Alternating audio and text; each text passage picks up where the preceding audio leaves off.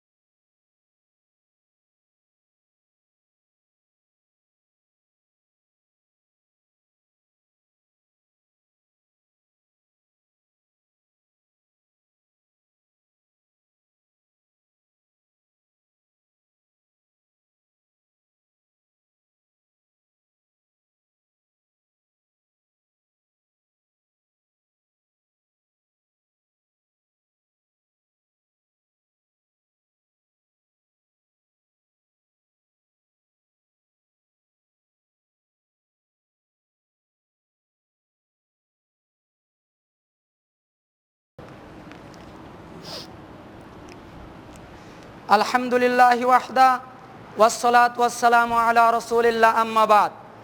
আমরা আলোচনা করছিলাম রাসূল সাল্লাল্লাহু আলাইহি সাল্লামের আদেশ ও নিষেধের আলোকে উপদেশ।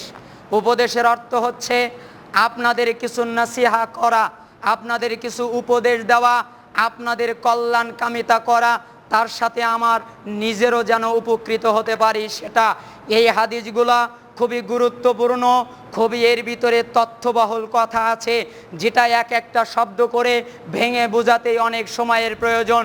এজন্য আমি শুধুমাত্র মূল মেসেজটা আপনাদের কাছে দিয়ে গেলাম। সর্বদা আল্লাহকে স্মরণে করবেন, আল্লাহ ছাড়া আর কাউকে স্মরণে রাখবেন না। কিভাবে?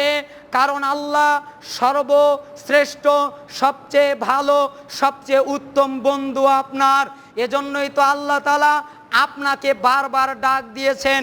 কোনো রাজা বাচ্চা বলে না আমার এইটা করো, তোমাকে আমি এইটা দেব, আমার কাছে এইটা চাও, তোমাকে আমি এইটা দেব, আমার কাছে এটা করো, তোমাকে আমি এটা দেব, আমার জন্য এই কাজটা করো, তার বিনিময়ে আমি তোমাকে এটা দেব। এভাবে বলে না রাজা বাচ্চারা? ঠিক ওইভাবেও আল্লাহ তাআলা তার বান্দাদেরকে বলছেন, আন আবি যারুল গিফারি রাদিয়াল্লাহু আনহু ফিমা ইয়ারবিহি রাব্বিহি তাবারাকা ওয়া তাআলা আন্নাহু ক্বাল। আবু যর রাদিয়াল্লাহু আনহু তিনি বলেন রাসূলুল্লাহ সাল্লাল্লাহু আলাইহি সাল্লাম বলেছেন, আল্লাহ তাআলা বলেছেন। অর্থাৎ আবু যর বলছেন রাসূল সাল্লাল্লাহু আলাইহি সাল্লাম বলেছেন, আর রাসূল সাল্লাল্লাহু আলাইহি সাল্লাম বলছেন আল্লাহ তাআলা বলেছেন। আল্লাহ তাআলা দেখো কিভাবে আমাদেরকে ডাকে, আপনারা একটু লক্ষ্য করুন। আল্লাহ তাআলা বলছেন ইয়া ইবাদি, হে আমার বান্দারা। আল্লাহ তাআলা কি সুন্দরভাবে ডাক দিচ্ছেন, ইয়া ইবাদি, হে আমার বান্দারা, ইন্নী হারামতু যুলমা আলা নাফসি ওয়া জাআলতুহু যুলমা।